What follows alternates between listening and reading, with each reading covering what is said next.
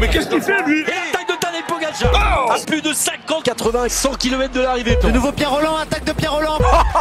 Attaque de Marlou. Allez, Lucas, Aïe aïe aïe, attention Philippe, le parapluie. C'est fini, c'est fini.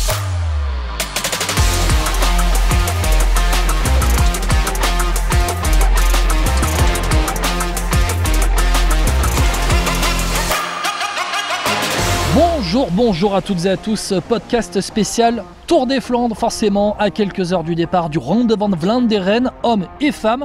On parlera de la course femme tout à l'heure avec Julien Després d'Actu Cyclisme Féminin, et en fin de podcast, un invité spécial, Nico Mathan, ancien vainqueur de Gand-Wevelgem, ancien 5e du Tour des Flandres, sera avec nous. Le Belge nous parlera un petit peu de sa relation avec le Ronde. On prendra des nouvelles de lui, de ce qu'il fait aujourd'hui.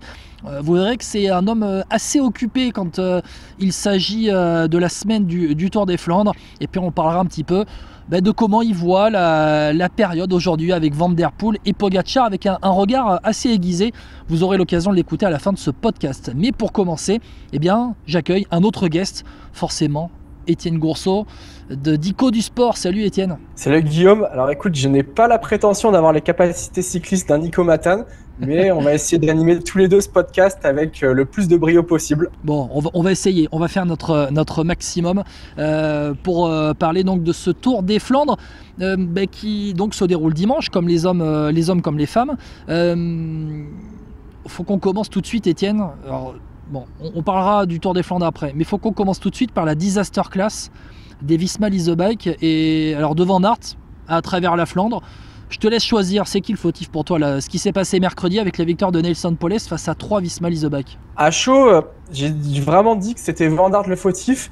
À l'écouter en interview post-course, il prend toute la responsabilité de cet échec en disant qu'il a voulu gagner, qu'il a été égoïste et qu'au final, au moment de lancer son sprint, il a crampé. Alors Jorgensen, lui, dit que c'est une tactique d'équipe. Alors Guillaume, qui croire, je sais pas. Mais je pense quand même que la faute est un peu partagée. J'ai pris un peu de recul par rapport à la course d'il y a 2 jours, au moment où on enregistre ce podcast. Mais les torts sont partagés, on va dire. Ouais, alors je suis d'accord avec toi parce que franchement, je veux bien que Van Aert encaisse la responsabilité. Alors franchement, tu vois, à la limite, sur le sprint, je suis vote Van Aert si je veux vraiment comment dire. Moi, j'ai été vraiment contre la Visma après la course, et après coup, je me dis, t'es Van Aert, t'as Poles dans la roue, tu fais la cassure au moment où le sprint est lancé, et tu laisses les deux partir devant, et puis à la limite, tu reprends la roue de Poles sur le sprint pour essayer de prendre l'aspiration et de le prendre dans les derniers mètres. Ils étaient 3, ils ont lancé comme un train de sprinter. Poles était en 4e position. Finalement, pour lui, c'était du pain béni. D'autres sont un peu d'accord avec toi sur Twitter. J'ai pu lire certains, alors je remettrai pas les pseudos, qui ont dit que c'était à Van Aert d'être dans la roue de Poles et non l'inverse. Ça corrobore un peu ce que tu dis, et c'est vrai que finalement, c'est vrai qu'on a l'impression que la Visma a bossé pour l'américain. Après, est-ce que c'est aussi la faute des directeurs sportifs qui ont... Alors, quelle tactique ils ont imposé, ça on ne sait pas. Derrière, c'est à eux d'affirmer la tactique pour la fin de course, quoi. Maintenant, c'est facile aussi de parler après course, mais quand on est au kilomètre, qui pourrait imaginer que Poles puisse taper un Van Aert au sprint, en sachant que ce même Poles, en début de saison, sur une course italienne, il se fait taper par Ayuso au sprint. Donc, non, mais voilà, Ayuso va vite, il a quand même concurrencé Roglic au Catalogne, mais en théorie, Van Aert, on parle de quelqu'un qui a gagné des sprints massifs sur le Tour de France. Même si c'est pas un grand Van Aert, on le sait, mais c'est quand même un Van Aert qui avait de la force sur les pavés pendant la course et dont on pouvait au moins espérer qu'il fasse un sprint pas aussi lamentable, désolé, je suis dur, mais que ce qu'il vient de faire. Alors, je suis d'accord avec toi, avec la limite quand même que c'est un Van Aert qui n'est pas aussi en forme et qui est peut-être en crise de confiance et qui veut absolument gagner, d'où sa crise de... Alors, pour moi, le placement dans le final, le fait d'être forcément dans la route, ces deux équipiers, c'est la crise de confiance. Il veut absolument gagner, donc il va comme un train de sprinter et il se dit c'est bon, ça va passer, je me mets dans les bonnes conditions, la méthode Coué, et j'y vais. On va voir si ça va passer. Maintenant, il y a un autre truc qu'on n'a pas forcément évoqué, c'est que je pense qu'ils ont sous-estimé Poles. C'est vrai que j'ai regardé la course avec mon père, et il était chez moi et on s'est parlé pendant qu'on regardait la télé.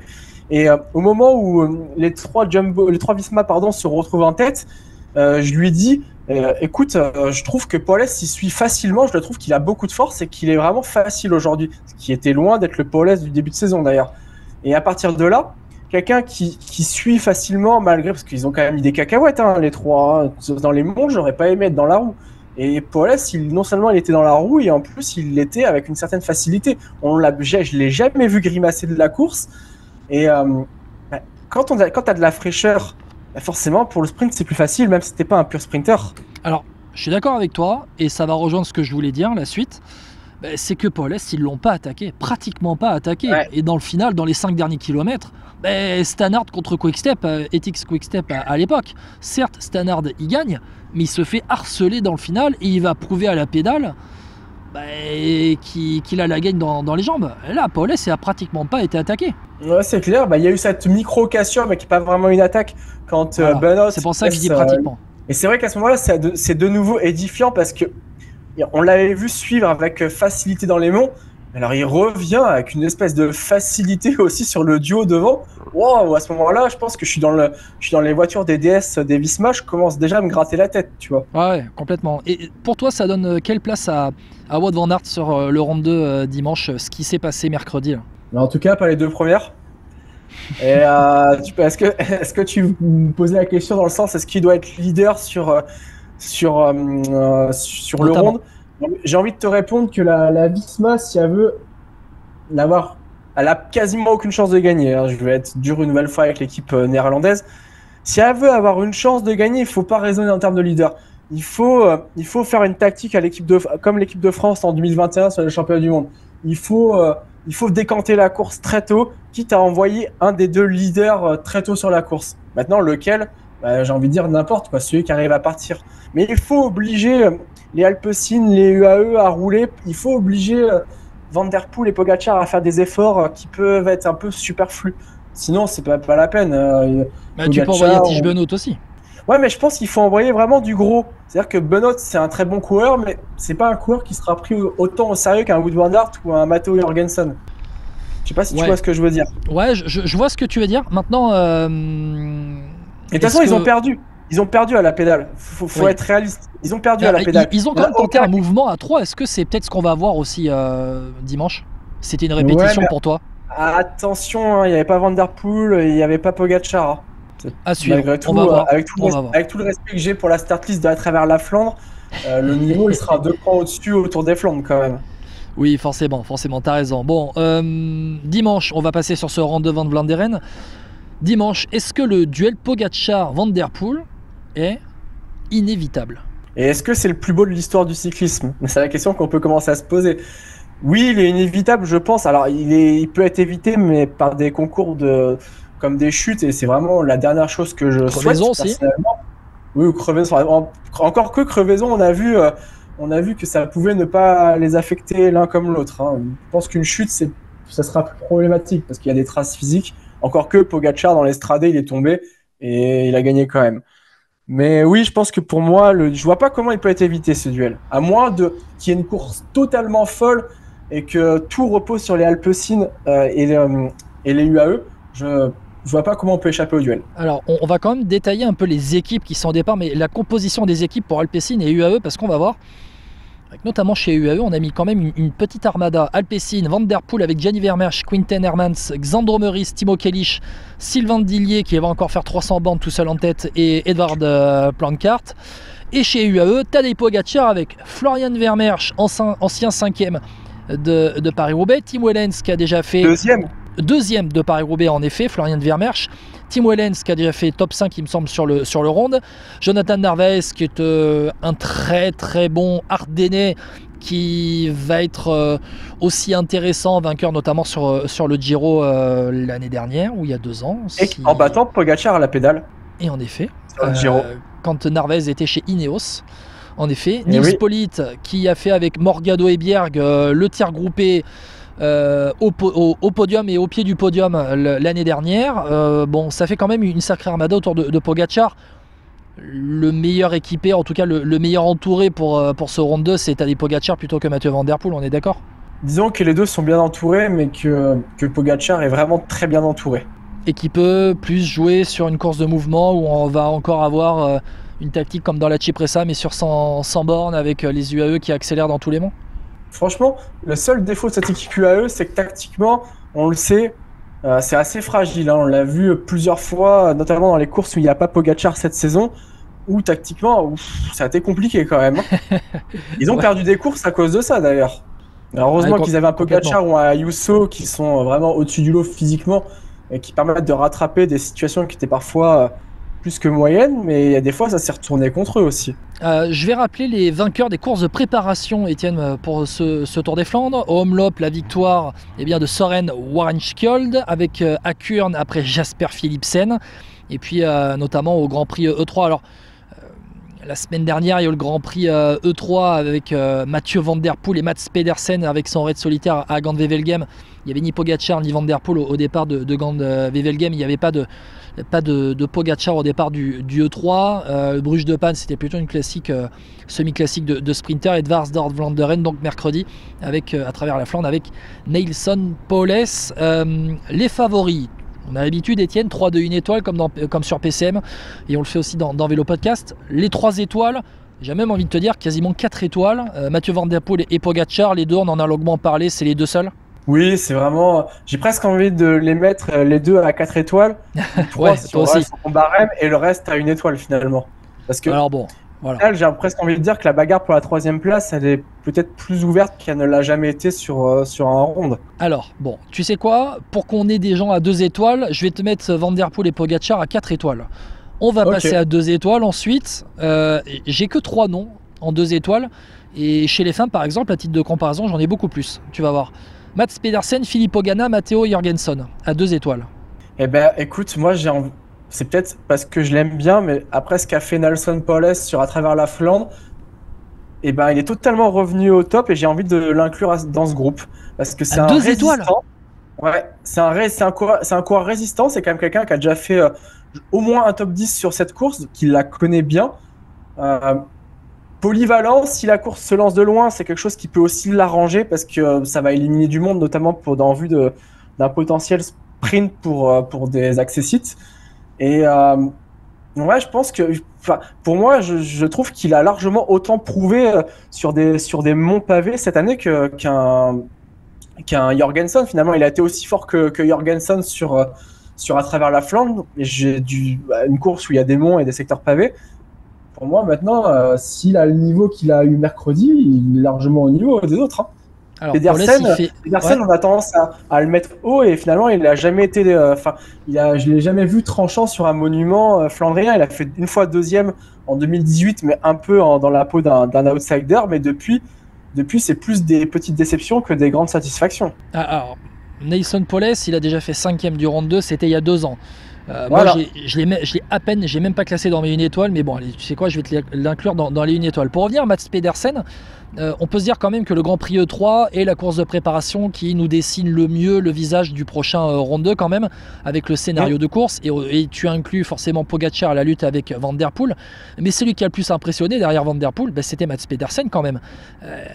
Il a l'air beaucoup plus en jambes d'ailleurs que sur le Milan-San Remo, il n'a pas réussi à suivre dans la Cipressa. Ouais, c'est clair qu'il a été costaud. Maintenant, bon, il prend quand même 2 minutes au final par Van Der Poel. Il a refait un raid solitaire dans la foulée sur Gand-Wevelgem.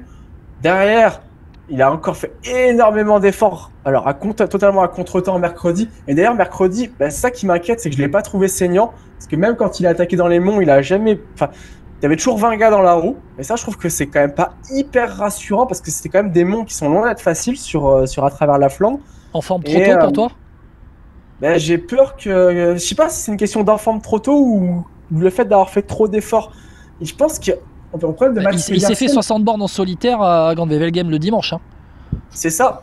Et je pense que c'est quelqu'un, vu qu'il a toujours pas gagné de monument, pour moi, sur le papier, c'est le 3e coureur derrière Pogacar et Van Der Poel. Je suis totalement d'accord avec toi.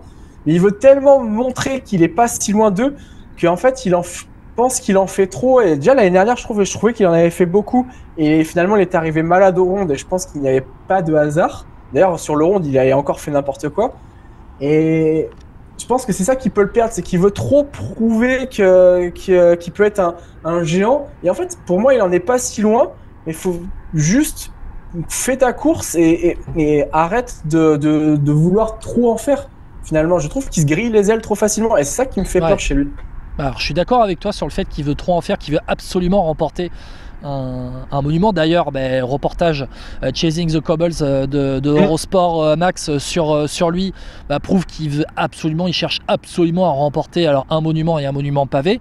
Alors, on le verra aussi sur Paris-Roubaix, et il aura peut-être plus de chance sur Paris-Roubaix que sur le Tour des Flandres, mais ça restera à voir. Mais maintenant, Mats Pedersen, vu ses progrès en montée, ce qu'il a montré en baissage, maintenant je pense que c'est assez kiff-kiff entre les deux monuments pavés. C'est pas faux.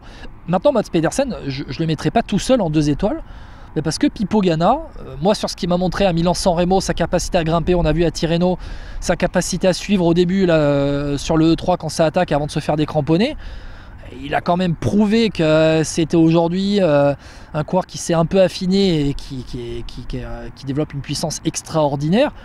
Et je mettrai aussi Matteo Jorgensen. Mais parce que Matteo Jorgensen, c'est le couteau suisse, et autant l'année dernière, c'était tout pour Van Aert, et la chute à travers la Flandre a complètement rebattu les cartes, et Jorgensen était peut-être pas préparé à 1000% pour le Tour des Flandres. Là, j'ai l'impression qu'il a axé sa préparation de début de saison avec 2 objectifs au top, Paris-Nice, et derrière le Tour des Flandres, où il arrive vraiment très très en forme, je trouve. Ouais, mais finalement, qu'est-ce qu'il a de plus qu'un Nelson Poles quand les deux sont au même niveau de forme? L'équipe. Sur les monts, du moins. Qu'est-ce qu'il a plus prouvé? Ouais, ok. Mais et Jorgensen, c'est pas Jorgensen, c'est une progression linéaire depuis qu'il est chez Visma Leasebach, à la fois sur les Flandriennes, à la fois, alors là on parle que de Flandriennes, mais à la fois sur les Flandriennes comme sur les courses par étapes. On voit que sur le début de saison, il a quand même rivalisé avec les meilleurs sur le début de saison. Donc moi je trouve que c'est quand même un coureur que je mettrais. Allez, tu sais quoi, si tu le mets pas à 2 étoiles, je te le mets à 1,5. Ok. Il remporte quand même Paris-Nice. Dans ces cas-là, ouais, Nelson Poles a 1,5 aussi, parce que c'est vrai que 2 étoiles par rapport à un Pedersen qui est sur le papier plus fort, ça s'entend. Moi je le mets pas à 1,5. Je mets pas Poles au niveau de Jorgensen, tu vois. Ça se respecte, mais c'est vrai que. Mais j'entends ce que tu dis. J'étais d'accord avec toi jusqu'à mercredi, mais j'ai trouvé tellement facile. En fait, on parle beaucoup de la disaster class de Visma, et en fait je pense qu'on néglige un peu la performance physique de Paul ce jour-là. Ouais, bien sûr. Qui s'est quand même retrouvé tout seul, attention, il a quand même pris des relais, le garçon, hein. Il a pas passé 80 bornes à se faire emmener de façon royale. Il a pris ses relais, il a pas pris autant de relais qu'un Benoît, mais il a quand même pris ses relais, donc il était fort, et il est parti avant lui, la Visma. Il avait anticipé le coup de force de la Visma, il avait déjà grillé une cartouche à ce moment-là, et il les a suivis. Encore une fois, je me répète, mais il les a suivis, et ça a été le seul, parce que à ce moment-là, il y avait quelques 4-5 coureurs qui étaient avec Paul. Je crois qu'ils étaient 5 quand ça part, et c'est le seul à accrocher, et je trouvais qu'il fumait la pipe dans les monts. Bon, donc, après, attention à ceux qui sont en forme le mercredi et qui, après le dimanche, ne confirment pas sur la route. Sur bon nombre de classiques, on a vu que les semi-classiques du milieu de semaine, parfois c'était des feux de paille. On n'espère pas pour Nelson Poles, l'américain qui avait notamment remporté, si je ne me trompe pas, une classique à San-Sébastien dans sa carrière. Oui, tout à fait, en 2022. 2021. Ah, voilà. 2021 même. J'étais sur sa fiche. Voilà, au moment où j'ai dit, tiens, est-ce que c'est vrai? Oui, je suis remonté sur la fiche de Nelson Poles. Bon, je suis dans le déni du temps qui passe, donc ne m'en veux pas. Oui, avec déjà un Julien Lafilippe qui nous paraît trop vieux et qui est bientôt sur la ça pente va descendante. bientôt pareil pour Godu, donc. Oh, arrête. Bon, on va voir ça. D'ailleurs, Julien Lafilippe, on parlera des Français. Il devait être au départ, finalement, il ne l'est pas. À suivre. En 1 étoile, allez, très rapidement, pêle-mêle, des noms comme ça, et tu me diras oui ou non à la fin.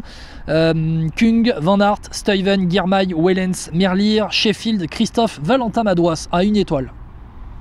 Moi, je te sors étoile, Merlier. on va dire, c'est. Tu me sors Merlier? Ouais, je te sors Merlier. Je voulais mettre un quick step.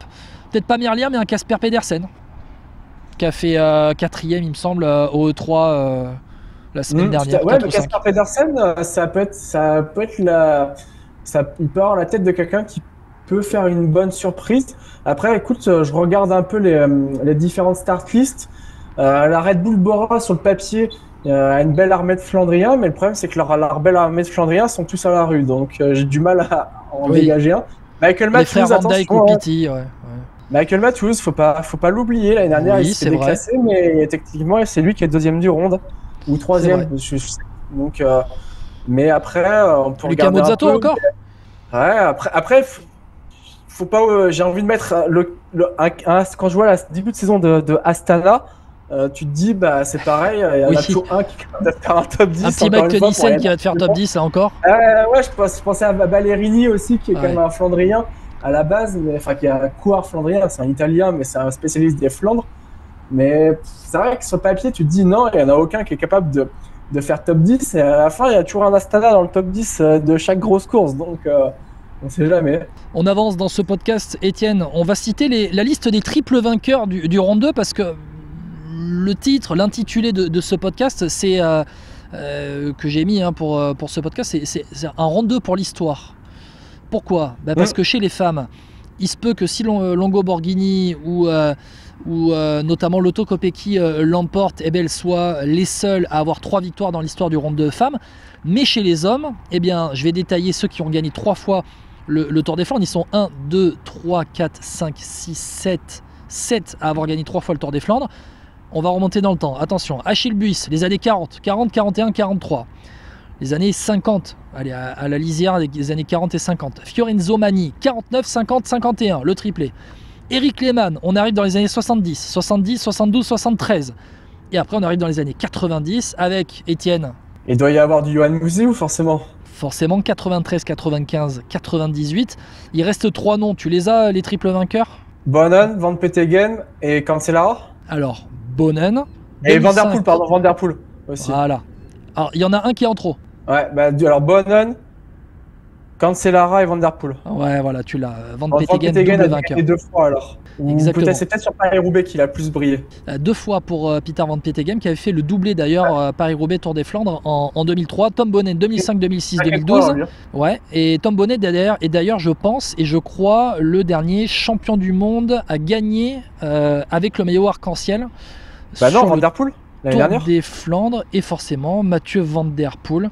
Non, parce que j'ai vu passer une image avec Tom Bonnen, mais c'était pas l'arrivée à Oudenaarde, c'était à Marbeke, c'est ça l'ancienne arrivée? Peut-être, mais en tout cas Van Der Poel est arc-en-ciel quand il fait le doublé l'année dernière. Forcément, t'as raison, avec le vélo levé sur la ligne d'arrivée.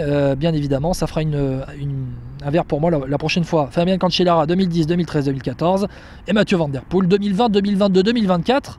Battu seulement dans sa carrière au round 2 par Alberto Bettiol, et oui, le bougre, Kasper Asgreen aussi, ouais. Exactement, et Tadej Pogačar en 2023. C'est-à-dire que Van Der Poel, 6 participations, 3 victoires. Je te pose la question, s'il gagne dimanche, est-ce que c'est le plus grand de tous les temps en flandrien? Waouh, la question piège. J'ai envie de te dire que s'il refait un doublé, oui.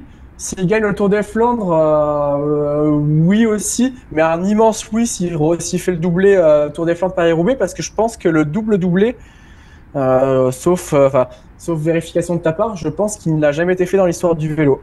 Bon, faudra regarder parce que généralement sur ces questions-là, il y a une réponse, c'est Merckx, mais on regardera plus tard. Mais c'est vrai qu'ils sont pas beaucoup à le faire. Aussi.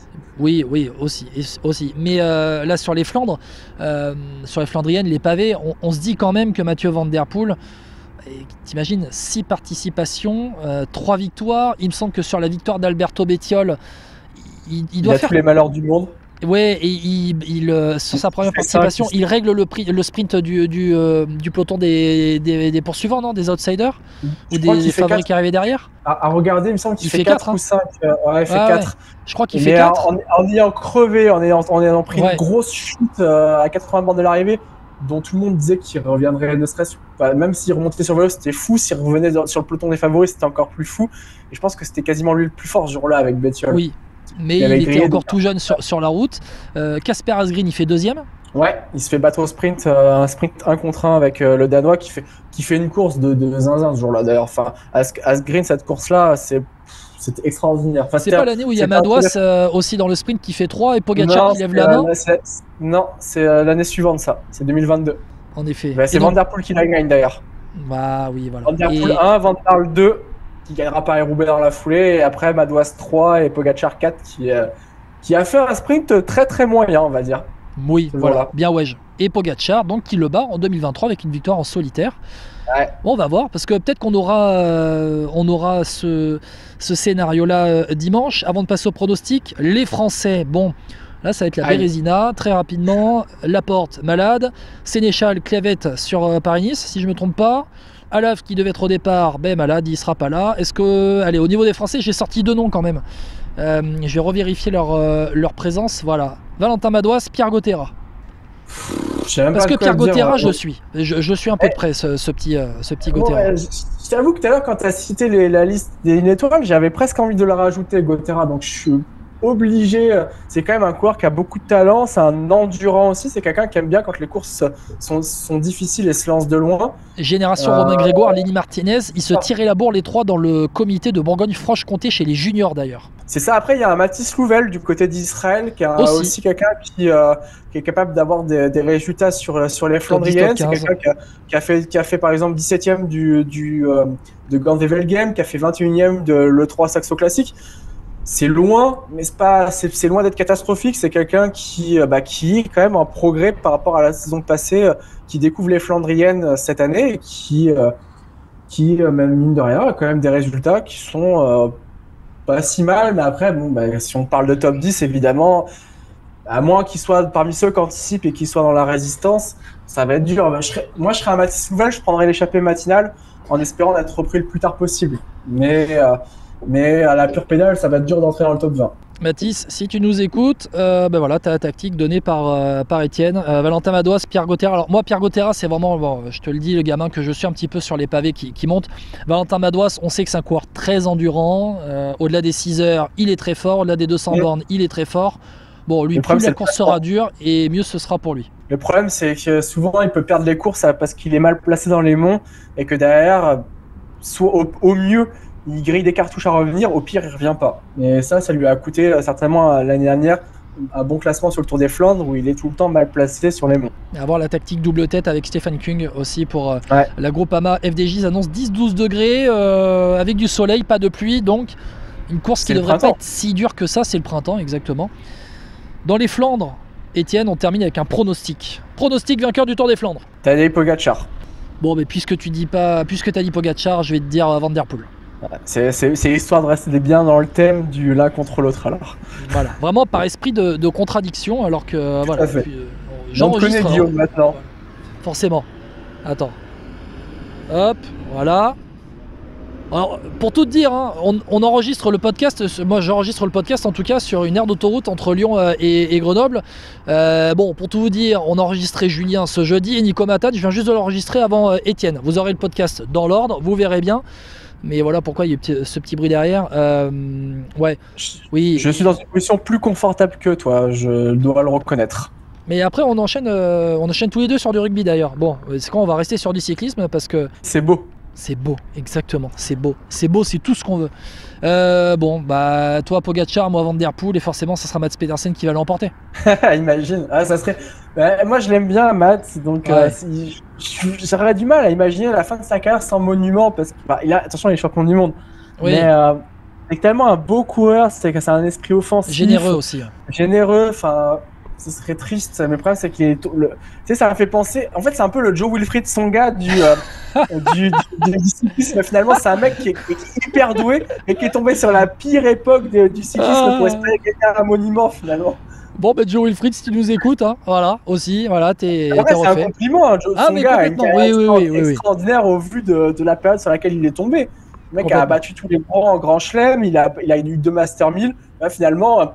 Pedersen, il a eu ses Master 1000 et puis il a battu des géants sur les monuments, mais il les a pas tous battus, c'est bien ça le problème. Ouais, quoi. Complètement. D'ailleurs, si Mats Pedersen remporte un monument cette année, il reviendra à égalité avec Wout van Aert. Voilà, on va terminer sur ça. C'est Wout qui a quand même gagné son premier monument avant Pogacar et Van Der Poel quand même. Mais oui, mais ça c'est dingue quand même. C'est fou. Oui, parce que Pogacar... On en a parlé déjà tous les deux. Pogacar gagne le premier à Liège en 2021. 2021, il remporte pas le Tour de Lombardie 2020, c'est Jakob Fuglsang. Ouais, c'est Fuglsang. Il gagne devant Julien, il remonte Julien au sprint à Liège. D'ailleurs, j'ai encore une cicatrice au Arrête, fond de moi. arrête. J'ai tellement vu Julien gagner que. Ah, que ça va me faire pleurer. ouais, moi aussi. Et Julien qui a aussi un seul monument, le pauvre. Oui, Mais qui est quand même Milan, champion du monde. Milan-San Remo qui est double champion du monde, on lui enlèvera pas ça, en effet. Bon, Ah non, Étienne, jamais. je te remercie beaucoup d'avoir été avec moi. Écoute, c'est moi qui te remercie. On se retrouve dans quelques jours pour le débrief, j'ai envie de te dire, on essaye. Ouais, on peut s'amuser à débriefer les deux boucheries auxquelles on va assister. Ça va être du grand cyclisme. Je pense que ça va être du grand bourrin aussi. Ouais, ça va être forcément très sympa à suivre. Avec aussi une belle course femme. Voilà, on va vous parler. allez en parler avec Julien qui est bien calé, mais j'avoue que j'ai hâte de suivre la course femme parce que on a contrairement aux hommes où ça s'est resserré avec 2 ou 3 têtes qui sont vraiment dominantes, je trouve que le cyclisme féminin se densifie et c'est extraordinaire. Enfin, on voit des courses depuis le début de l'année qui sont quand même de très haute qualité et de très haute intensité. Eh ben tu sais quoi, on en parle tout de suite avec Julien Després d'Actu Cyclisme Féminin. Merci. 400 derniers mètres maintenant. C'est fini. La suite de ce podcast spécial Tour des Flandres pour présenter la partie femme. Maintenant, vous en avez l'habitude, forcément. Julien Després d'Actu Cyclisme Féminin est avec moi. Salut Julien. Salut Guillaume, bonjour à tous. Bon Julien, on va faire comme avec Étienne tout à l'heure. On va parler de la dernière course en date qui a eu lieu cette semaine à travers la Flandre, à travers les Flandres, Dwars door Vlaanderen, si on veut être un peu plus local, avec la victoire donc d'Elisa Longo Borghini. J'ai envie de te dire que c'est peut-être, Julien, alors tu étais sur place, tu vas nous raconter un peu ce que toi tu as ressenti sur place. C'est un peu la course qui nous dessine le plus le visage du Rond 2 à venir, c'est la course qui la prépare le mieux en fait, j'ai l'impression, notamment dans la hiérarchie des favorites qui s'est dessinée sur la route. C'est le dernier point de passage, on va dire, qui est presque quasi obligatoire avant la grande messe flamande du Tour des Flandres, tant par la hiérarchie qui se détache. On a vu sur les autres années que ceux qui étaient dans le top 10 des années précédentes on n'était pas très loin de la vérité sur le Tour des Flandres suivant.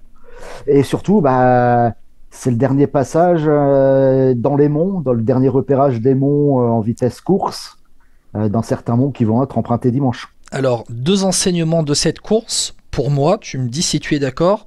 Déjà, c'est la démonstration d'Elisa Longo Borghini, démonstration de puissance notamment. Elle s'avance certainement comme la grande favorite à sa propre succession.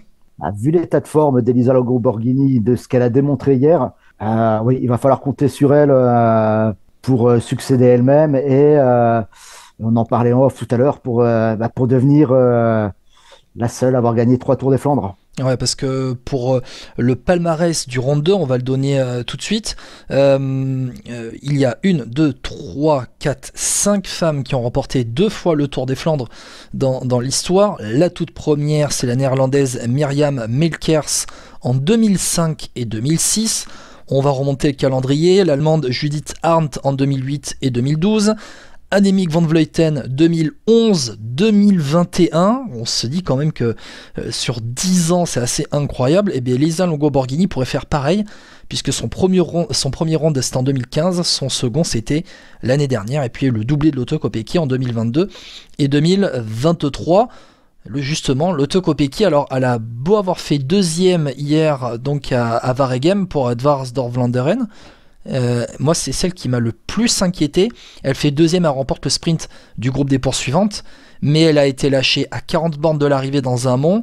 Elle avait un trou de 30 secondes à refaire, elle l'a refait grâce notamment à Mischa Bredewold, sa coéquipière, qui était dans le groupe devant, qui était dans le groupe de poursuite d'Elisa Longo Borghini, qui a un peu freiné ce groupe. Et puis avant l'arrivée, à 6 ou 7 bornes de l'arrivée, elle se fait lâcher sur un pont d'autoroute, et elle expliquait en interview d'après-course, Julien, qu'elle ne comprenait pas ce qui s'était passé. Est-ce que elle était montée trop haut au niveau du cardio, de la température, justement elle n'avait pas pu pousser assez au niveau de son cardio max. Pas mal de zones d'ombre à quelques jours du Tour des Flandres, c'est vraiment pas la bonne préparation pour elle.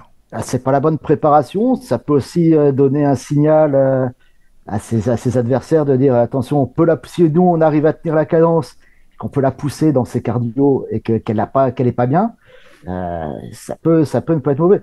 Après, alors est-ce que c'est les débuts d'efforts, les efforts qu'elle a fait en début de course, qu'elle a payé ensuite?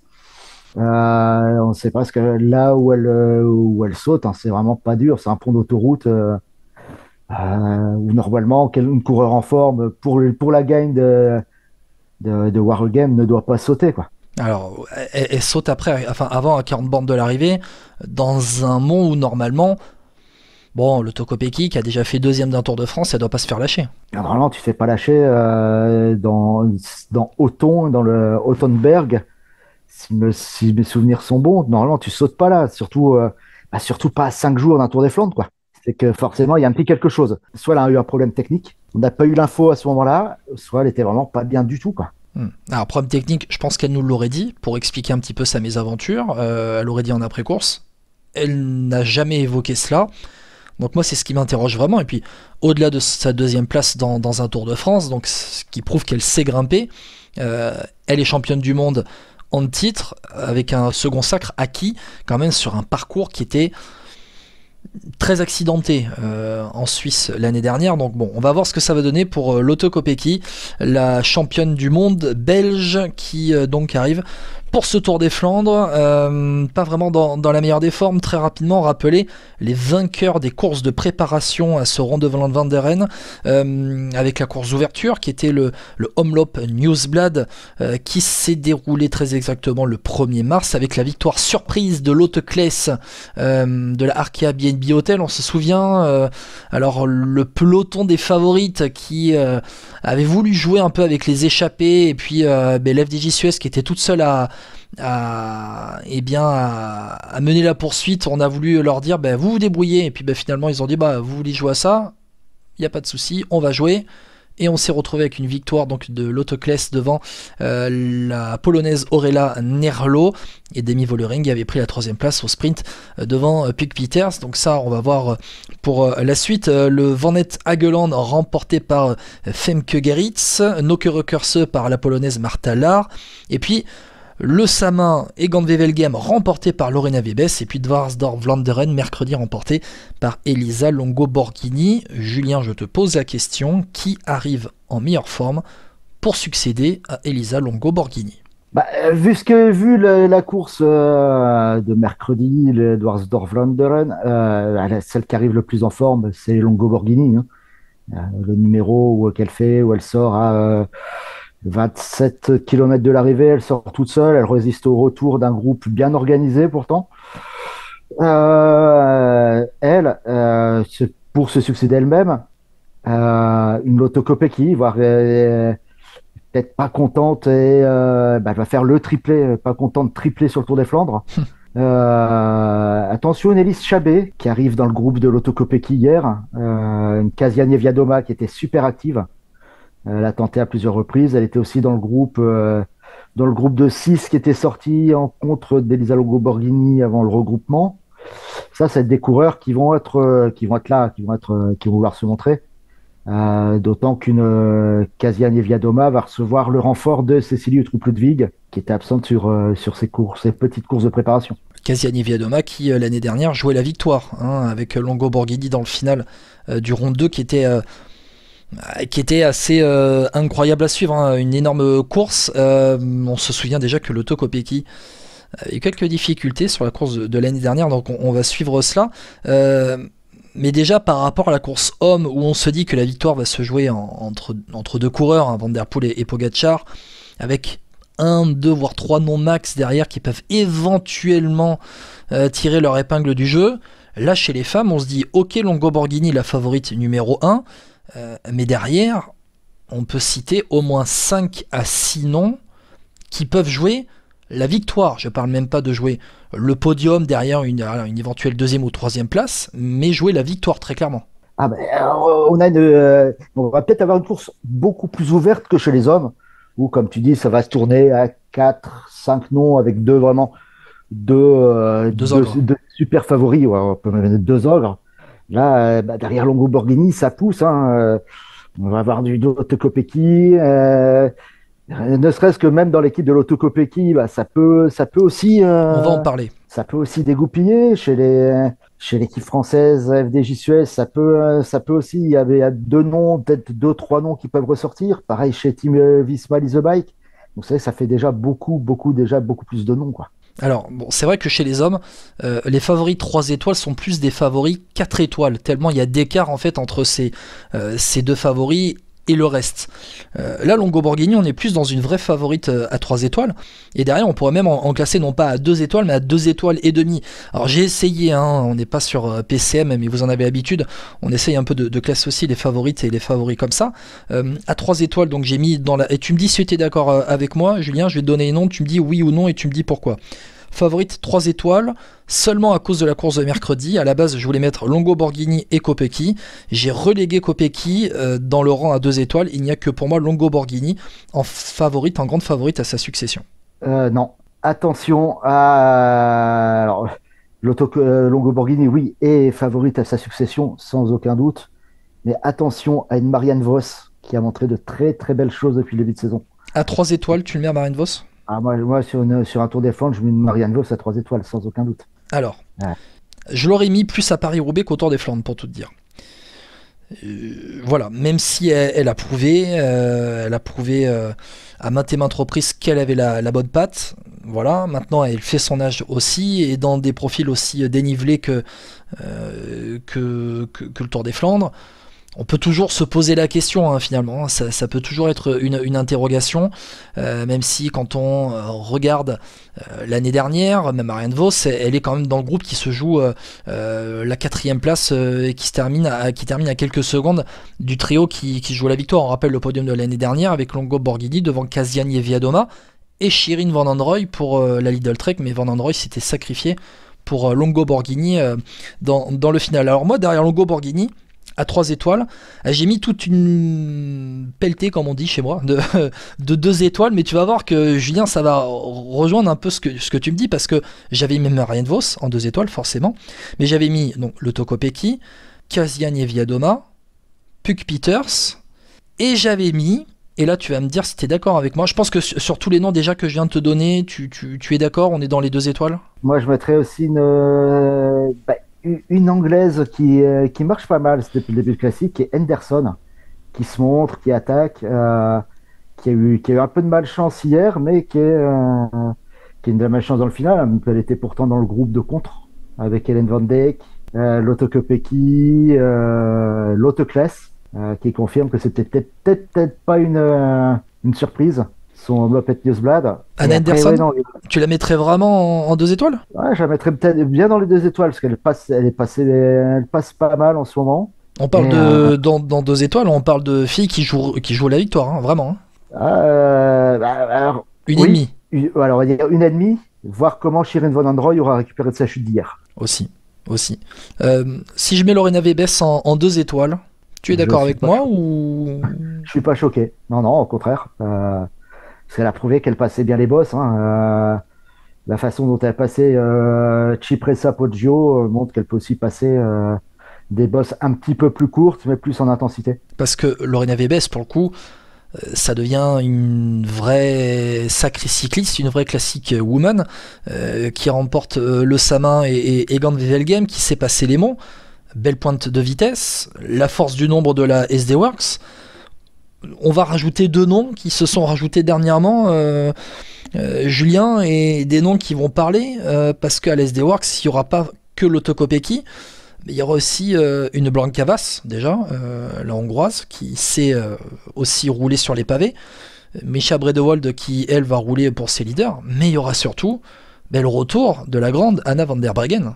Anna van der Breggen qui nous a surpris depuis le début de saison, hein, qui était là, présente sur Strade Bianche, où elle va chercher le podium, qui revient bien, qui n'était pas prévue à l'origine sur le Tour des Flandres, mais finalement, si elle est alignée, c'est que son état de forme doit pas être mauvais. Et pourquoi pas, elle aussi, rentrer dans le club des 2 vainqueurs du Tour des Flandres. Ah, parce qu'Anna van der Breggen l'avait remporté dans les années 2010 ? En 2018. Exactement, fin des années 2010.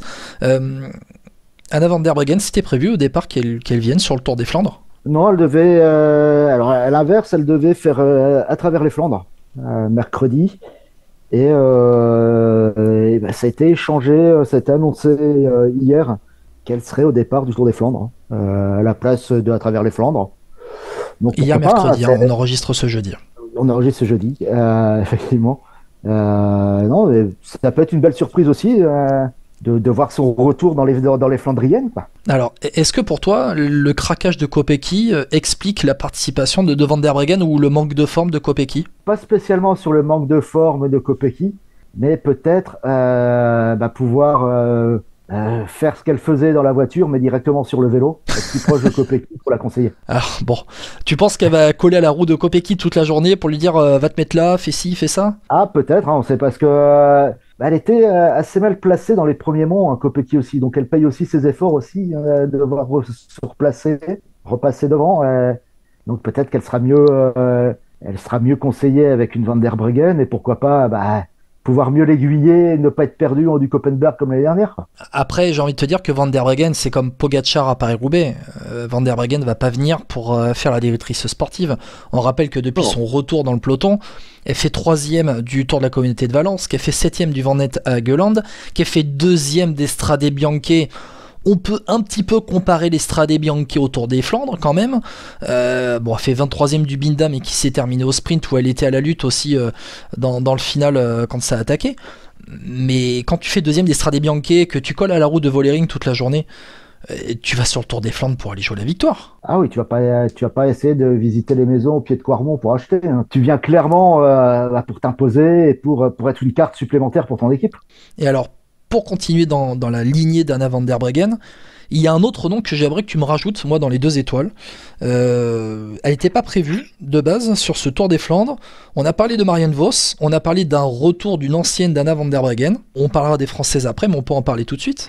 Pauline Ferrand-Prévot. Pauline Ferrand-Prévot qui vient remplacer Fem Van Empel, qui a besoin de souffler mentalement et qui met en suspens sa saison. Et Pauline Ferrand revient aussi sur les Flandriennes. Qui peut être aussi un appui de poids, hein, quand on voit sa 3e place sur l'Estrade Bianche, comme on disait pour Anna Van der Breggen, qui s'apparente plus ou moins à un Tour des Flandres, et sa 4e, 11e place sur Milan-San Remo. Oui, parce qu'elle termine 4e avec le sprint où elle est reléguée à la 11e place derrière. Et oui, donc c'est qu'elle est en forme. Elle est en stage en Espagne ces jours-ci. Et elle vient pour faire le Tour des Flandres. Et une Pauline Ferrand-Prévot qui vient sur une course, c'est pas pour que l'équipe puisse se dire c'est bon, on a le nombre, on a le droit de partir, quoi. Oui, parce que il y aura Marianne Vos, ok, mais Pauline Ferrand-Prévot, elle a le profil pour briller sur ce Tour des Flandres. Elle a brillé en VTT, elle a brillé en cyclocross, elle a été championne du monde dans toutes les disciplines possibles. Là, très clairement, quand on voit la patte qu'elle a depuis son retour, elle va être dans le groupe, si c'était le groupe des favorites, au moins le groupe des poursuivantes. On devrait la voir dans le final, ça c'est une certitude. Puis de mémoire, elle a déjà fait le Koppenberg Cross, qui monte plusieurs fois le Koppenberg. Donc c'est un mont qui doit plus lui faire peur maintenant. J'essaie de regarder en même temps les classements de Ferrand-Prévot sur le Tour des Flandres pendant sa carrière. J'ai une 8e place en 2016, une 8e place en 2016, une 7e place en 2015. Donc voilà, elle a déjà fait top 10 sur le Tour des Flandres. Elle sait faire, elle sait rouler, et ça va être un peu nous l'attraction du côté des Françaises, parce que on passera aux 1 étoile derrière, mais on va faire la transition avec les Françaises, hein, Julien. Derrière, je vais pas dire que c'est assez pauvre, mais mis à part Victoire Berthaud et Jade Viel, on va pas voir beaucoup les Françaises à l'avant, non? Ah, ça risque d'être compliqué. Victoire Berthaud aura aussi une revanche à prendre sur elle-même par rapport à Dwarsdorf-Vlaanderen, où elle était reléguée assez loin à cause d'une chute. Après, une Jade Viel, pourquoi pas une Léa Curigné, qui avait fait de belles choses l'année dernière avant d'avoir une succession de problèmes mécaniques et crevaisons. Après, niveau française, elles sont déjà pas nombreuses au départ, et elles risquent d'être encore moins présentes dans les groupes de favorites à l'arrivée, quoi. Peut-être que Jade Viel sera à un moment donné dans un groupe de mouvement, on va dire, en début de course pour la FDJ Suez afin de placer un pion. Ça peut être ça.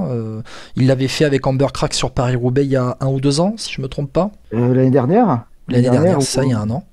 Donc peut-être que ça sera une des tactiques de la FDJ Suez de placer peut-être une Jadviel à l'avant. On va voir Victoire Berthaud qui elle a fait tout le printemps belge.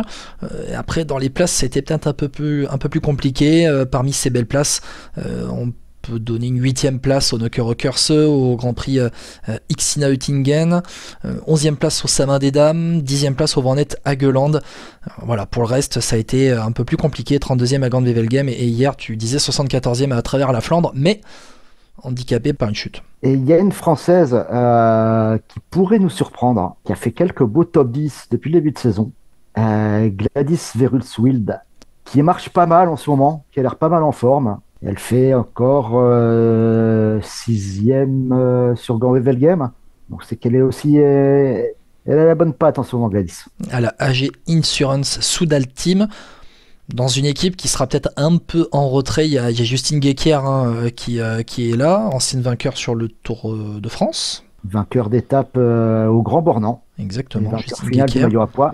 Dans cette équipe-là, ils compteront sur Kim Lecourt, clairement. Ouais, Kim Lecourt qui... est le visage qui marche le mieux à la AG Insurance depuis le début de saison notamment. Donc voilà, pour les Françaises, la surprise de dernière minute, c'est la présence de Pauline Ferrand-Prévot. Et donc ça va être très intéressant à suivre pour voir ce que ça va donner, ce retour de PFP sur les pavés du Ronde 2. Elle est prévue à Paris-Roubaix ? Elle n'est pas prévue à Paris-Roubaix, elle doit couper avant de reprendre pour les Ardennaises. Bon, elle n'était pas prévue sur le Ronde, elle y est, elle n'était pas prévue à Roubaix. On verra. On verra. Voilà, à suivre. La suite de nos favorites, on va terminer un peu par celles qui peuvent... on a parlé des grandes favorites, 3 et 2 étoiles. D'ailleurs, j'ai classé PFP dans les 2 étoiles. On sera peut-être plus à 1,5. On peut la mettre dans les 1,5. Ouais, dans les 1,5. Allez, on va dire ça. Là, on va être maintenant dans celles qui peuvent éventuellement, à un moment donné, profiter d'un coup en amont ou d'une situation de course ou alors d'un très grand jour pour aller jouer la victoire. Alors, dans la liste un peu pêle-mêle, j'ai mis une Liane Lippert, une Elise Chabet, forcément, avec Amber Crack pour la FDJ Suez, une Blanc Cavas. J'ai mis une Hélène Van Dijk qui a montré une belle patte avec pour la Lidl Trek à travers la Flandre mercredi. Misha Bredewold qui va être quand même à l'avant et partie prenante de la tactique de la SD Works. Marlène Reusser aussi. Elisa Balsamo j'ai quand même mise parce que mine de rien avec sa pointe de vitesse, si elle passe bien les pavés, ça peut être intéressant. Avec la Lidl Trek, ça peut jouer aussi une course d'équipe. Et puis alors tu me diras avec les noms après si tu es d'accord avec moi, mais quand même, j'ai mis une Kat Ferguson. Parce que Kat Ferguson, on ne sait pas ce qu'elle est capable de faire, mais elle est capable de tout. Alors, en fin de saison dernière, elle avait gagné 2 courses, une étape sur le Tour de la Semois, Binche-Chimay-Binche. Et puis bon, on avait dit, faut la laisser grandir, peut-être qu'elle va découvrir le World Tour, c'est compliqué pour elle. Mais j'ai l'impression que cette petite, elle a un potentiel énorme. Et que, comme tu dis, on ne sait pas jusqu'où elle peut aller, parce que elle est là dans le final de Milan-San Remo. Pour sa première course World Tour, elle finit sur le podium du Trophée Obinda. Ça peut être la grosse surprise de ces classiques flandriennes. On l'avait vu à l'attaque, Bruges de Panne, c'est ça, et termine 67e dans le final. Mais dans Bruges de Panne, elle est échappée dans le final, non, c'est ça ? Un raid en solitaire, se fait reprendre à 4-5 km de l'arrivée. Elle fait 25 km, voire 25 km peut-être dans le vent toute seule. Elle se fait reprendre dans le final, mais en tenant le peloton au respect, en le laissant à toujours 30-40 secondes, mais avec un peloton qui a du mal à aller la grappiller. Ouais, et donc c'est ça le plus impressionnant finalement chez elle, c'est qu'elle a été capable quand même de développer une certaine puissance avec des conditions qui n'étaient pas forcément favorables à un effort en solitaire dans un Bruges de Panne qui a été encore une fois fort sympathique au niveau des chutes notamment. Bon, on a quand même évoqué, je pense, j'ai donné toute une liste précédemment avant Kat Ferguson. On est quand même là dans des filles qui ont brillé pendant tout le printemps, qui aussi peuvent faire partie d'une course de mouvement et de course d'équipe, de tactique d'équipe. Ça va être une course très ouverte. Hein. Ça va être une course très ouverte. Ça ne devrait pas arriver en sprint massif comme Bruges-Le-Pan ou Gand-Wevelgem. Ça, c'est une certitude. Après, il peut y avoir des coups, des gros coups, des gros groupes qui se créent, qui se recassent, en fonction des monts. Hein. Même si la météo s'annonce ensoleillée ce week-end, le vent sera peut-être un facteur pour créer une course fatigante, une course d'usure. Et dans les noms qu'on a donnés, il y aurait pas grand-chose à rajouter. Peut-être une Marta Cavalli renaissante depuis le début de saison avec de belles performances, que ce soit sur le Binda ou sur Milan-San Remo. Julien, je te remercie beaucoup d'avoir été avec moi pour présenter ce round 2. On va se retrouver en début de semaine forcément pour débriefer un petit peu potentiel succès. Allez, un nom, on y va. Un nom. Pronostic. En plus, si je le dis pas, je vais me faire engueuler par ma patronne. Ce sera Elisa Longo Borghini pour la place de 3. Ouais. Bon, alors puisque tu as dit Longo Borghini, que j'ai pas envie de dire comme toi, je vais te dire la surprise, Lorena Wiebes. Pourquoi pas. Bon, on va voir. Pas. Et là, c'est l'Auto Kopecky qui va gagner forcément puisqu'elle va se remettre.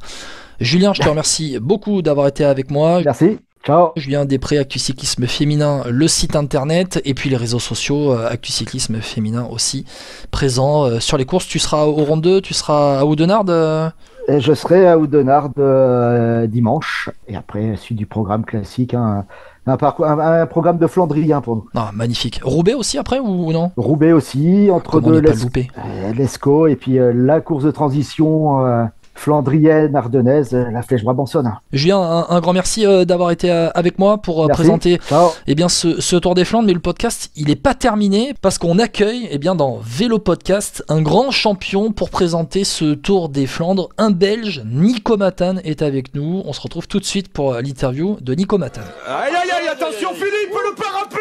Semaine spéciale Tour des Flandres sur Vélo Podcast, et pour parler du Tour des Flandres, on va accueillir un amoureux du Tour des Flandres, c'est Nico Matane qui est avec nous. Bonjour Nico. Bonjour Guillaume, ça va? Ça va et toi? Merci beaucoup déjà d'accepter l'invitation. Une semaine chargée pour toi dans cette semaine du Tour des Flandres. Ah oui, parce que moi je travaille pour la bière Quarmont, donc le Quarmont c'est un monde des Tours des Flandres, donc pour moi c'est la période le plus chargée de l'année pour moi avec tous les classiques. Donc je m'occupe de tous les cafés qui ont au Quarmont, donc c'est moi qui mets toute la publicité au bord des routes de Quarmont, c'est moi qui s'occupe de ça. Donc j'ai eu tellement du boulot, je suis un peu fatigué, donc je suis juste arrivé à la maison.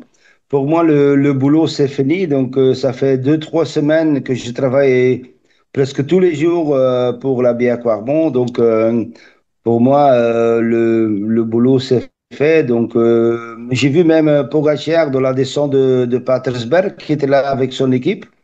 Voilà, tu vois tous les coureurs qui sont là pour faire la reconnaissance parce que, comme je vois chez toi, il fait beau. À Belgique, il fait beau aussi. Donc, il faut pas descendre sur la côte pour avoir du beau temps. À Belgique, il fait 20 degrés. Donc, on a le beau temps avec nous. Demain, il annonce aussi 18 degrés. Il annonce un peu plus frais. Il annonce 12-13 degrés dimanche. Mais bon, on n'est pas dans le sud de la France. C'est toujours la Belgique, mais on a toujours le soleil avec nous tous les week-ends. Oui, forcément. Bon, alors, on enregistre ce vendredi après-midi. On est dans les coulisses. On enregistre ce vendredi après-midi. On est à 48 heures du round 2. Alors, moi, je me trouve en fait à peu près entre Lyon et Grenoble, parce que je vais travailler ce soir à Grenoble sur un match de rugby. Mais là, on en profite dans Vélo Podcast pour t'avoir. Tu parlais ces 2-3 semaines avant le Tour des Flandres. C'est très chargé pour toi. Il y a toutes les courses de préparation au round, avec notamment le E3 et toutes les courses qui passent notamment par le Quarmont. Pour moi, nous, la bière Quarmont, c'est la bière du vélo. Donc, c'est la bière qui est connue à Belgique pour le vélo. Donc, pour nous, la période où on a le plus du boulot avec la bière Quarmont, c'est à partir du départ. Donc, le départ des Flandriennes, c'est Omloop het Nieuwsblad. C'est toujours la première semaine du mois de mars. Après, on a Omloop. Après, on a Kuurne, Bruxelles-Kuurne. Après, on a E3 Arlbeek, après on a Gand-Wevelgem dimanche passé, j'ai eu mercredi travers le Flandre à Waregem. Donc Ça fait des semaines que je travaille avec tous mes clients pour mettre le plus de Quarmont au fût, quoi. Donc, pour vendre la Quarmont, on fait des actions avec des casquettes Quarmont. Donc, c'est moi qui s'occupe de tout, au fait, le marketing, comme on dit, le merchandising de la bière Quarmont, hein. Bon, après, en Belgique, la bière et les frites, c'est très important. En France, on doit rappeler à chaque fois qu'il faut consommer la bière avec modération, même si le jour du round 2, voilà, on y va gaiement, comme on dit, Nico. J'en profite quand même pour rappeler ton palmarès, parce que il faut quand même rappeler à ceux qui nous écoutent et qui sont les plus jeunes aussi. Ancien coureur de la Lotto, de la Mapei, de la Cofidis entre 93 et 2007, une très longue carrière. Vainqueur de Gand-Wevelgem en 2005, du Grand Prix de Plouay en 2001, 2 étapes de Paris-Nice en 2003, cinquième du Ronde en 2003, l'année où Peter Van Petegem l'emporte et fait le doublé avec aussi Paris-Roubaix. Tu fais aussi neuvième à Paris-Roubaix dans ta carrière. Qu'est-ce que ça représente pour toi, en fait, le Tour des Flandres? Bah pour nous, moi je suis plutôt, allez, je parle français, je suis plutôt Flandrien, moi. Donc, wij spreken Nederlands, on parle flamand aussi. Donc pour moi, c'est comme chez vous. Chez vous en France, je pense qu'en première, c'est le Tour de France, en deuxième, c'est Paris-Roubaix. Donc pour nous, pour moi, la plus belle course du monde, c'est Tour des Flandres. Bon, j'ai fait 4 fois le Tour de France aussi, donc j'aime bien le Tour, hein, parce que moi, j'étais moitié français, donc j'ai toujours vécu des super moments chez Cofidis dans les années 2000. Mais pour nous, les Belges, c'est la course le plus beau, en fait. C'est pas, en fait, c'est des petits monts, des descentes, des pavés. Comme Paris-Roubaix, t'as que des descentes, c'est tout plat, Paris-Roubaix. Mais Tour des Flandres, t'as une trentaine de secteurs, une trentaine de kilomètres de pavés. T'as des petits montées, c'est tout autrement. En fait, c'est le paysage de la Belgique qui change par exemple, du nord de la France, parce que le nord de la France, c'est tout plat. La région de Roubaix, Valenciennes, c'est tout plat. Donc, nous, on a un super paysage autour du Quarmont, autour du Koppenberg, autour du Patersberg. Donc, pour nous, c'est la course, pour moi, c'est la plus belle course de l'année, le Tour des Flandres. Est-ce que tu peux nous parler de ce que ça représente pour toi aussi, l'ambiance autour du Ronde? L'ambiance, déjà, pour moi, le plus important pour la bière Quarmont, c'est demain, en fait.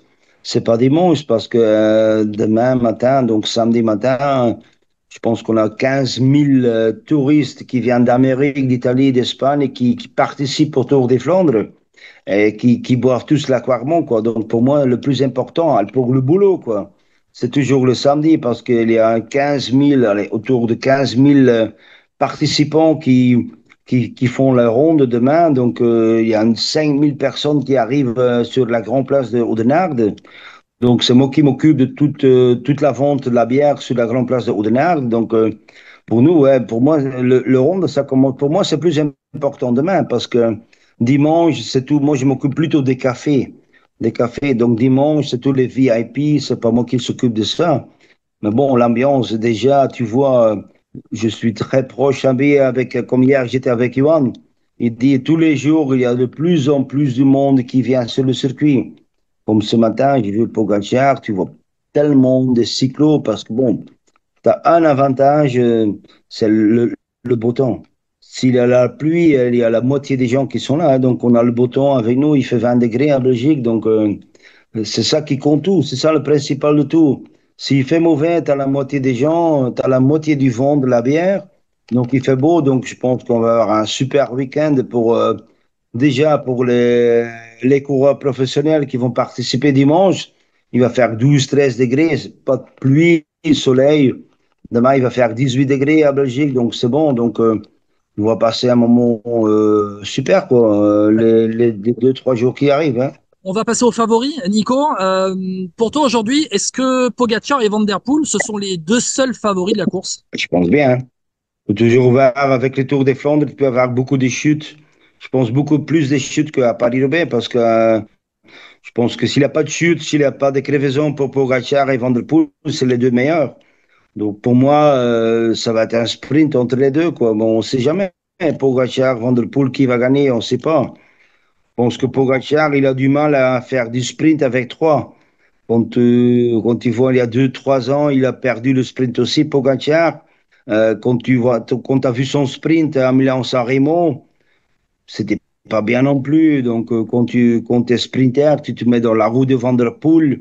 Mais là, il est à 10 mètres de Van der Poel. Donc, je pense qu'il peut gagner Pogacar si c'est un sprint à deux. Si c'est un sprint à trois, avec Pedersen, il va jamais gagner. Ça va être Van der Poel. Mais un sprint à deux, si ça arrive à deux, moi je dis Pogacar. Tu dis Bah, Pogacar, au ouais. fait, c'est presque tout le temps le meilleur qui gagne, quoi. Le premier en haut du Patersberg, normalement, c'est celui qui gagne. Pogacar, Van Der Poel. Est-ce qu'aujourd'hui ils te font rêver, toi qui es un ancien coureur? Les coureurs qui me font rêver. Est-ce que Pogacar et Van Der Poel, aujourd'hui, tous les deux, ils te font rêver? Bah, me font rêver, bah non, mais bon. C'est les meilleurs coureurs au monde, au fait, hein, les deux, Pogacar, Van der Poel, on oublie Remco Evenepoel, bien sûr, mais bon, Remco Evenepoel, on n'en parle pas de lui, mais bon, c'est plutôt un coureur pour le Tour de France, pour les grands tours. Mais les deux plus forts coureurs pour les classiques flamands, c'est les deux, quoi. C'est Pogacar et Van der Poel, donc qui me font rêver? Non, pas du tout, non. Il y en a d'autres, et dans le passé, il y en a d'autres qui t'ont fait rêver. On va faire un petit jeu d'ailleurs tout à Non, l'heure. j'ai pas vécu les coureurs qui me font rêver. Dans le temps, c'était des musées ou Tom Boonen. Moi, j'ai jamais roulé avec Pogacar.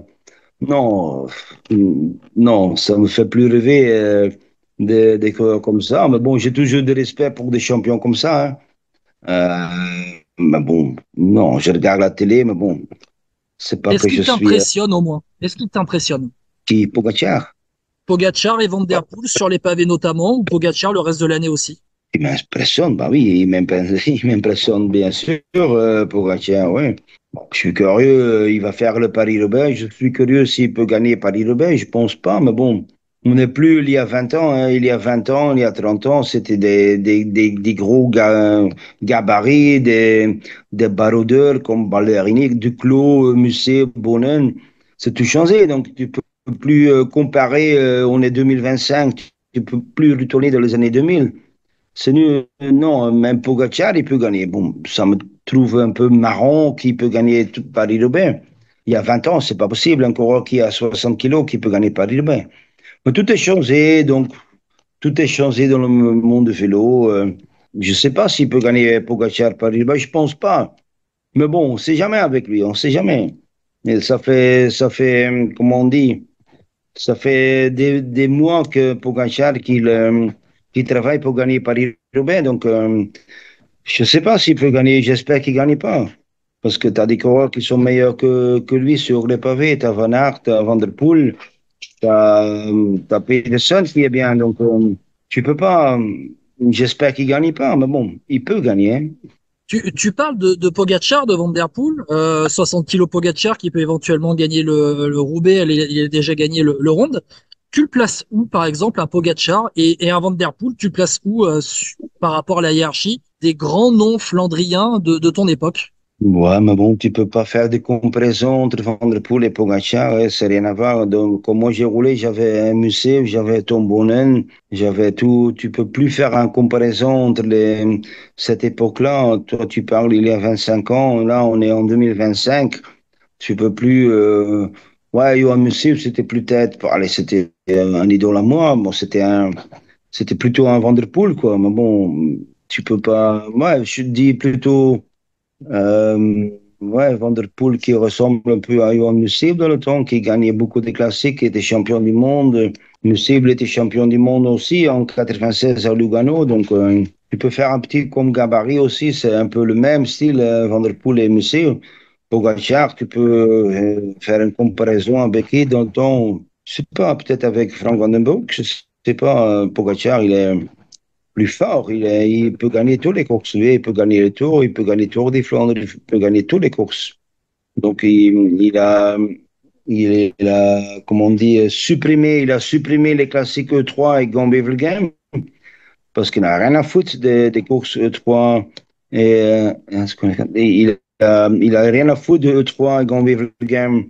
Il veut que gagner des monuments. Donc, C'est pour ça qu'il a fait un entraînement sur les pavés. Ça fait des semaines qu'il s'entraîne Pogacar pour être bien à Paris-Roubaix. Donc, il a supprimé E3. Je trouve ça dommage. Mais bon, c'est comme ça. Ça change. On parle souvent aujourd'hui, mais c'est bien d'avoir aussi ton recul, toi, qui a plus d'expérience, qui a vu aussi des coureurs du passé, qui a côtoyé Yoann Museeuw. Tu es un contemporain de Yoann Museeuw. Tu as couru avec lui notamment. Et pour Pogacar, on parle notamment d'une comparaison avec Eddy Merckx parfois. Est-ce que pour toi c'est trop? Oh, non, je pense qu'on peut comparer, on peut faire une comparaison entre des marques et Pogacar, pourquoi pas. Il gagne tous les courses, Pogacar. Partout où il est au départ, il gagne. Et donc, c'est la même chose avec Eddy Merckx. Ouais, pourquoi pas, ouais. Bon, on peut toujours avoir s'il gagne Paris-Roubaix, on peut déjà faire une comparaison avec Eddy Merckx, hein. Parce que Eddy Merckx, il gagne toutes les courses. Mais si Pogacar, il gagne Paris-Roubaix, ben, je dis, les hommages, hein. Mes hommages, monsieur, bravo. Et puis, on verra pour la suite. Juste pour revenir à la course de dimanche, est-ce que tu as parlé notamment de Mats Pedersen? On verra après les outsiders. Mais juste pour revenir sur Pogacar et Van Der Poel, et après on passera à la suite. Est-ce que pour toi, le duel, il semble inévitable? Ouais, c'est comme j'ai dit tout à l'heure, s'il n'y a pas de crevaison, s'il n'y a pas de chute au Quarmont, la dernière fois, s'il n'y a pas de crevaison, on va sur une finale avec deux, hein, peut-être avec trois, avec Pedersen. Tout dépend les circonstances de la course, mais normalement, on va avoir au no, je parle pas au pied, mais au no du Quarmont, on va avoir Van Der Poel, Pogacar et Pedersen. Je pense que Pedersen, il va pas, les deux meilleurs, c'est Pogacar et Van Der Poel, hein. Je pense qu'à mon avis, ils vont aller, je pense pas Pogacar ni Van Der Poel, ils vont se lâcher sur le Patersberg, je pense pas. À mon avis, bon, je ne suis pas voyant non plus, mais ils vont aller à deux, les deux plus forts, ils vont aller à l'arrivée et ça va être un sprint entre les deux. À mon avis, ça va être un sprint. Et comme je dis, Pogacar à trois, il n'est pas tellement, il n'a pas l'habitude, comme on dit, l'habitude de sprinter à trois et il gagne tout seul, Pogacar. Donc, mais si c'est en sprint à deux, il peut gagner. À trois, il peut pas gagner. Allez, ça c'est mon avis. Tactiquement, et on verra ça. Bon, un petit jeu pour toi, Nico. Je vais te donner des noms de coureurs flandriens. Tu vas devoir choisir entre les deux. Et puis, tu vas voir, on va évoluer dans les époques et tu vas devoir toujours choisir entre deux coureurs que je vais te proposer. Première proposition, tu vas voir, Rick Van Looy ou Rick Van Steenbergen. Moi, j'ai pas connu. Pour moi, c'était le Kaiser de Herentals, c'était Rick Van Looy, hein. Rick Van Looy. Alors, on continue. Rick Van Looy ou Eric Lehmann. Eric Leman, Ouais. bah, il est de mon village, donc il est même né le même jour de moi. Il a juste 25 ans plus vieux que moi. Il est né le 17 juillet, moi en 71 et lui en 46. Donc, je connais tellement bien Eric Leman, mais il a gagné trois fois au Tour des Flandres, donc j'étais toujours fan d'Eric Leman, oui. Bon, tu vas voir, on parle de légende. Donc, Eric Lehmann, forcément, par rapport à Rick Van Looy. On continue. Eric Lehmann ou Peter Van Petegem. Bon, c'est pas la même époque et tu veux pas faire une comparaison entre les deux. Ah, Moi, tu vas voir, je on va suis comparer les époques, là. C'est toi, c'est ton ressenti. ami de Peter Van Petegem, donc je préfère parce que j'ai couru avec Peter Van Petegem. Donc, il a gagné deux fois Tour des Flandres, il a gagné une fois Paris-Roubaix. Donc, je dis Peter Van Petegem, hein. Allez, Peter Van Petegem ou Yoann Museeuw? Lui amusé parce que je l'ai vu encore tout à l'heure. C'est toujours été un ami à moi, donc je l'entends tous les semaines, Johan. Donc, Van Petegem un peu moins. Bah oui, c'était toujours mon idole. J'ai roulé avec Musée. Donc voilà, ouais, c'est toujours été un ami à moi, hein, Johan Musée. Donc je dis Musée, ouais. Yoann Museeuw ou Fabien Cancellara? Oh non, pas de photo. Musée, ouais. Yo- On continue. Yoann Museeuw ou Tom Boonen? Johan Musée, ouais. Parce que ouais, Tombone, j'ai plus de contact avec Tombone. J'ai roulé avec Tombone, hein. Il gagne Tour des Flandres le dimanche, il gagne Paris-Roubaix. Entre les deux, c'est Gambé-Wevelgem, c'est moi qui gagne. Donc, ouais, je connais Tom aussi, mais j'ai beaucoup plus de contacts avec Johan. Donc, je préfère toujours Johan, hein. Bon, on continue là dans cette hiérarchie. Pour toi, ton Flandrien préféré? On continue. Yoann Museeuw ou Philippe Gilbert? Comme quoi, homme ou prestation? Prestation. Ouais, ouais, j'ai eu une interview avec la dernière heure ce matin. Ouais, Gilbert, c'est même un coureur qui gagne les Flandriennes et qui gagne les courses en Wallonie. Il gagne Liège, il gagne la Flèche, il gagne Paris-Roubaix, il gagne Tour des Flandres. Donc pour moi, il était plus complet, Gilbert. Hein. J'ai dit Gilbert, ouais. Il a réunifié la Belgique. On disait même de lui, Philippe Gilbert. Philippe Gilbert, attention, ou Eddy Merckx? Ouais, tu peux pas faire une comparaison entre les deux. Hein. Tu peux pas, non, tu peux pas. Bah, Eddy Merckx, c'est plus de tout, quoi. Non, je mets un joker, je sais pas. Bon, tu réponds quand même un peu Eddy Merckx, mais on va voir. Il en reste encore deux noms, tu vas voir. Eddy Merckx ou Tadej Pogacar à la colle. Eddy Merckx, ouais, Eddy Merckx, c'est un flamand. Pogacar, c'est pas. Et le dernier, Eddy Merckx, c'est la finale que j'attendais. Eddy Merckx ou Mathieu Van Der Poel en flandrien. Ouais, Eddy Merckx, je pense, ouais, mais bon, Van der Poel, il peut gagner 4 fois le Tour des Flandres. Hein. Il est capable, je pense pas. Eddy, il a gagné 4 fois le Tour des Flandres. Hein. Ouais, bon, c'est une question un peu, ouais, je pense qu'il a 50% de chance de Van der Poel de gagner pour le quatrième Tour des Flandres hein, dimanche. Mais je dis que mon favori, c'est toujours Pogacar qui peut gagner dimanche. Donc, mais bon, entre Van der Poel et Eddy Merckx, c'est difficile. Allez, tu veux pas. 50-50. 50-50. On terminera sur un match nul donc pour ce petit jeu. Nico, je te remercie. On en parlait, Mathieu Van Der Poel, il peut être le plus grand de tous les temps sur le ronde dimanche en gagnant son quatrième Tour des Flandres. Peut-être que lundi, tu me répondrais pas 50-50 entre les deux. Ouais, ouais, t'as raison. Ouais, il peut. Ouais. Mais Ça serait le bon, plus grand pour c'est. toi s'il remporte le ronde 2 dimanche? Ouais, mais bon, tu peux pas faire des comparaisons dans les années Sur les pavés, je 75. parle, attention. Ouais, sur les pavés, ouais. Peut-être Van der Poel, bon. Eddie Merckx, c'était pas un cyclocrossman, hein, il faisait pas de cyclocross, donc Van der Poel, il sait tout faire, il sait faire cyclocross, il sait faire la route, donc je pense qu'il est beaucoup plus à l'aise sur les pavés de Paris-Roubaix que Eddie Merckx. Donc je pense Van der Poel, il est plus complète que Eddie Merckx. Eddie Merckx, il faisait pas cyclocross, hein. Donc Van der Poel, il fait tout. Hein. Eddie Merckx, il ne gagnait pas de cyclocross au mois de décembre et janvier. Donc, tu ne peux pas faire des comparaisons entre. C'est une autre époque, ça change beaucoup les derniers 20 ans. Donc, c'était un gros champion Eddie Merckx. Mais bon, maintenant, c'est à Van der Poel, il a tout. Hein. Sa maman, c'est la fille de Polydor et son père, c'était professionnel, Adrien. Donc, il a un peu le gène de le maman et le papa. Donc, bon, c'est pas normal. C'est pas, comme on dit, son frère David, c'est pas le même que Mathieu. Donc, mais bon, il a quand même un peu des avantages qui est un peu le gène de le papa et le maman, quoi. C'est un vrai champion, Mathieu Van Der Poel, quand même. Il le prouve tout au long de l'année. On le voit toujours à l'attaque aussi. C'est un coureur qui nous régale quand on est devant la télé. On apprécie ce genre de coureur. Bah oui, mais c'est pour ça que tout le monde regarde la télé. Hein. Tout le monde a besoin des champions. Tout le monde a ses favoris. En Belgique, c'est plutôt Van Aert. Même Van der Poel aussi, parce que je pense qu'il habite à Belgique. Donc, tu as toujours des favoris. Hein. Donc, à Belgique, bah, on n'a pas beaucoup de Belges qui peuvent gagner dimanche. On n'a pas de Belges. On n'a que Van Aert qui peut peut-être faire un top 3. Je l'attends beaucoup plus sur Paris-Roubaix, Van Aert. Tour des Flandres, c'est impossible qu'il gagne, à mon avis. On l'attend sur Paris-Roubaix, mais bon, on verra bien. T'en parles justement de Wout van Aert. Est-ce que toi, il t'inquiète? Ben, il ne m'inquiète pas, il fait 2 à Waregem. Il m'inquiète, bon, je pense qu'il s'en fout. Hein. Il gagne autant d'argent. Il s'en fout, mais bon, il veut bien être bien. Mais bon, je pense qu'il a peut-être encore des problèmes de genoux, hein, je ne sais pas.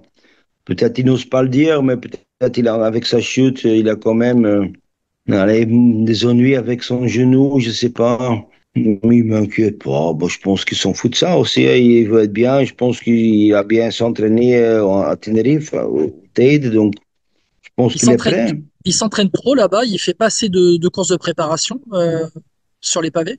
Ah oui, tout le monde sait. Il était aux montagnes.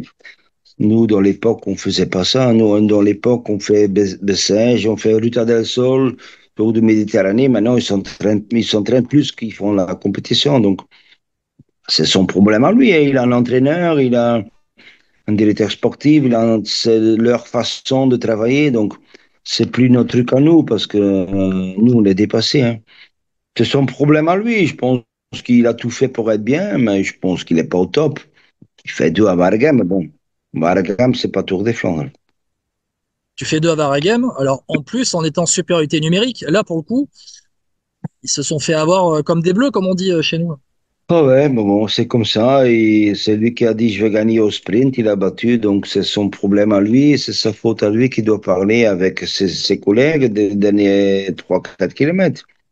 Il n'a pas parlé, il a dit je vais gagner le sprint. Ben, il a battu. Bon, c'est son problème à lui, hein. Moi, je faisais pas le même tactique que lui, mais bon. Moi, je suis Nico Maton, je suis pas Wout van Aert, moi. Et Nico Matal, Moi, je faisais une autre tactique que Van Aert, mais bon, moi, je suis pas le directeur sportif de l'équipe Visma, hein, donc c'est leur problème. Nico Matal sur le vélo dans la voiture, il aura attaqué dans le final, non? Ah oui. Moi, je faisais une autre tactique, mais bon, c'est comme ça. Si tu es à 3 contre 1, tu attaques, hop, attaque, et il va chasser la roue, après tu attaques. Mais bon, je pense que c'est Van Aert qui a pris la responsabilité de dire je vais gagner au sprint, mais il est battu, donc je pense qu'ils s'en fout, quoi.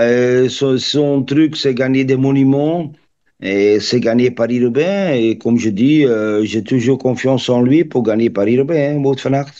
Le fait de le voir qu'avec un seul monument aujourd'hui dans sa carrière, alors que depuis qu'il a remporté son premier, Mathieu Van Der Poel, lui, il en a remporté 7. C'est quelque chose qui te surprend? Il a remporté combien? 7 de... Van Der Poel, 7 monuments, tout comme Tadej Pogacar, et Wout van Aert n'en a qu'un seul. C'est pas une comparaison entre Van Der Poel et Van Aert non plus, hein. Van Der Poel, il gagne et Van Aert, il donne des victoires. Il ne voulait même pas gagner Gont-Wevelgem, il laissait gagner Laporte, donc il est trop brave, Van Aert. Il est trop brave. Il faut pas, tu donnes pas un monument comme Gont-Wevelgem à Christophe Laporte, quand même. C'est un coureur qui est trop brave. C'est le brave mec de famille. Il doit être un peu plus, ouais, un peu plus, comment on dit, Tueur? guerrier, quoi. Il est trop brave, Van Aert, à mon avis, hein. Pour parler des outsiders, niveau outsider, tu as cité Mats Pedersen. Est-ce que si je te mets dans la liste un Filippo Ganna ou encore un Matteo Jorgensen, je suis pas loin de la vérité ou t'es pas d'accord avec moi? Bah, si tu as des favoris, tu as des outsiders aussi. Tu as toujours des outsiders. Mais des outsiders qui peuvent gagner, j'y crois pas du tout, hein. Non, non. Non, c'est impossible. Ça va être une des 3 qui va gagner. Ça va être Pedersen, ça va être Van Der Poel ou Pogacar, c'est tout, hein. Mais, Il n'y a mais pas tu un mets, autre qui va tu mets gagner. Pedersen plutôt que Ganna ou Matteo Jorgensen, par exemple. Je sais pas, Ghana, il peut faire 4, et puis Jürgensen, il peut faire 5. À mon avis, 1, 2, 3, c'est déjà fait.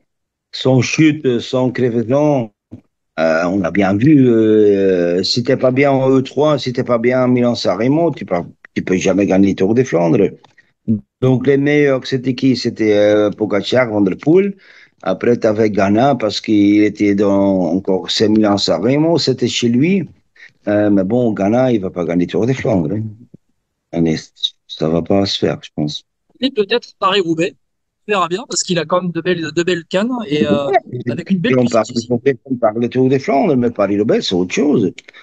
Donc là, on parle de Tour des Flandres, mais Paris-Roubaix, Ghana, il peut gagner. C'est notre course, hein. Tu peux rien, c'est rien à voir. Paris-Roubaix, Tour des Flandres, c'est rien à voir. Ghana, il peut bien gagner, PDC peut gagner, Jürgensen, il peut gagner, mais Tour des Flandres, non. Bon, je termine juste avec ça. On prend une semaine d'avance. Ton favori pour Paris-Roubaix, c'est quoi? C'est qui? Moi, j'ose dire Van Aert, moi. Je sais pas, ouais, je dis Van Aert, il va faire top 3. S'il tombe pas, s'il crève pas, moi, je dis Van Aert. Bon, ça va, ça rejoint aussi mon pronostic parce que j'avais pronostiqué en début de saison. Donc, comme quoi, bon, ça va. J'ai plutôt un bon avis puisque c'est le tien. Bah, c'est facile à dire tout le temps, Pogacar. J'aime pas que Pogacar il va gagner Paris-Roubaix. C'est pas encore qui doit gagner Paris-Roubaix. Je préfère Van Aert. Mais bon, c'est facile à dire qui va gagner Paris-Roubaix. Van Der Poel. Bah oui, c'est normal qui va gagner Van Der Poel. J'aime bien donner des outsiders, comme ça je dis Van Aert. Ouais. Bon, Nico, je te Voilà. remercie beaucoup d'avoir Non, été avec moi pour cette interview spéciale Tour des Flandres. avec plaisir. Quand tu as besoin de moi, de Paris-Roubaix, tu m'appelles, pas de souci. Et bien avec grand Si tu veux. plaisir. Nico, en tout cas, on te souhaite bon courage. On a compris pour le samedi, parce que la veille du Tour des Flandres, c'est là que ça va être le plus chargé. Ouais, demain, on a 15 000 personnes sur la grande place de Oudenaarde. Donc, je visite mes clients. Tu peux me regarder sur mon Instagram tout ce que j'ai fait demain. Donc, ouais, pour moi, c'est encore une journée dure demain. Je fais pas de vélo. Bon, merci beaucoup et à bientôt. Ciao. Ça va, Guillaume. Allez, bisous. Vélo Podcast est disponible sur YouTube, les réseaux sociaux, mais aussi Apple Podcast, Deezer et Spotify. Bisous.